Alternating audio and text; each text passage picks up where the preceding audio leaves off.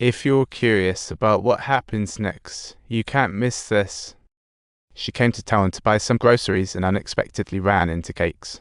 What was this guy doing in town? I thought we could celebrate, but Cakes' friends swooped in like dragons and ruined the vibe.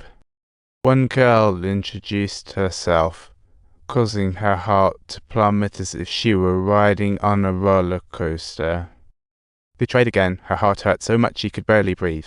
Cakes came over wanting to explain, but she hid like a jumping with her cover blown. Cakes dropped the act and let his tyrannical side out, shouting, "I know you're here, Kaya." It was like seeing her father's ghost, and all the painful memories played back like a roller coaster. This time, Kaya wasn't going down without a fight. Loss and betrayal had her learning the hard way. No one stays. She should have known better. Life goes on.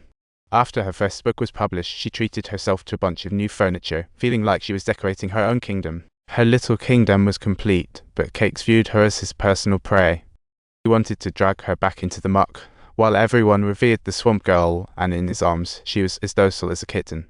For Cakes, this was quite the achievement, while Kaya, who grew up in the swamp, found her wild side and bravely resisted. But even so, she had to watch out for revenge, making her hesitant to linger at home. However, Cakes completely destroyed her little world, and she wondered when this madness would end. She was always worrying about the next incident, but still she refused to let Tate interfere. Kaya had her own plans. She decided to go to the city to meet the publisher and deal with Cakes later. The next day, Kaya went to the grocery store, copying the moving schedule meticulously, with the owner watching her like a doting father. He couldn't help but feel furious and was tempted to confront Cakes. Yet just a few days later, she meticulously applied makeup to cover her scars, as though she had put on a mask over her face. Then, amidst the gossip of the townsfolk, she hopped onto the first available moving truck to meet the editor in the city, staying at a hotel for the night. The next day, after breakfast, she rushed back to town. And that, folks, is the legendary tale of the Swamp Girl.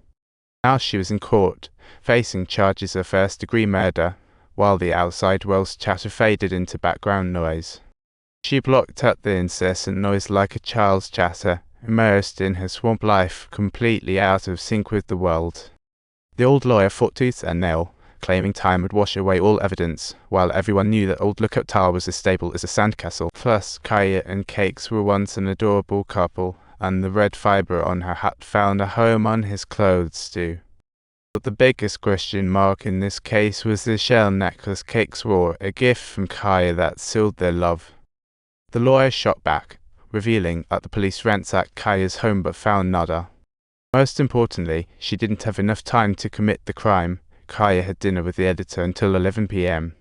The lawyer suggested Kaya play the victim to gain sympathy from the jury, but she firmly refused, getting more resolute by the minute. On the next day, the old lawyer made his final statement, claiming that the demonized swamp girl was now truly sitting before them to uncover the truth, as if she had apprehended him overnight and immediately brought him to court. She killed him, cleared all physical evidence, and hopped on the 2:30 bus back to Greene County. And just like that, no one saw her again, replaying all her moves. She and the editor were so busy that afternoon. I believe you'll make a judgment based on facts, not hearsay. The real one needing to be judged may have never been the girl crawling in the swamp. After 6 hours of heated deliberation, the judge finally announced the verdict. Kaya was found not guilty and rushed back to her little swamp home like a long-lost friend reunited. Books were published one after another like mushrooms after the rain, and she became a renowned naturalist, even reconnecting with a relative. She learned that her mom moved in with her aunt after leaving and healed for a whole year. Sadly, her mom passed away suddenly, and she had hoped to save money to bring her kids close but never got the chance. Eventually, she got back together with Tate but turned down his proposal. She sure was a girl with spirit. They understood each other, capturing everything the swamp had to offer, sharing every sunrise and sunset together. On the day she sensed her end was near, she paddled her little boat alone, embracing nature. She felt as if she saw her mother appear on that long-awaited little road. Dressed in her simple clothes from long ago, she moved with grace and gentle eyes. With a radiant smile upon her face after Kai's departure, Kate followed her wishes, organizing everything to donate to the university laboratory. And don't forget to subscribe. A floral album caught his eye, filled with their cherished memories.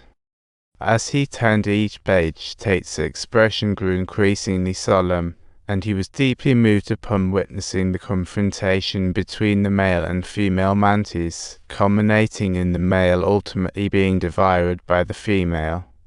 He saw a painting of Cassie in that infamous shell necklace and finally realized why. Why Mal had to leave. Being left alone is a whole different way to live. I want life like this. These people need to get that final smack done.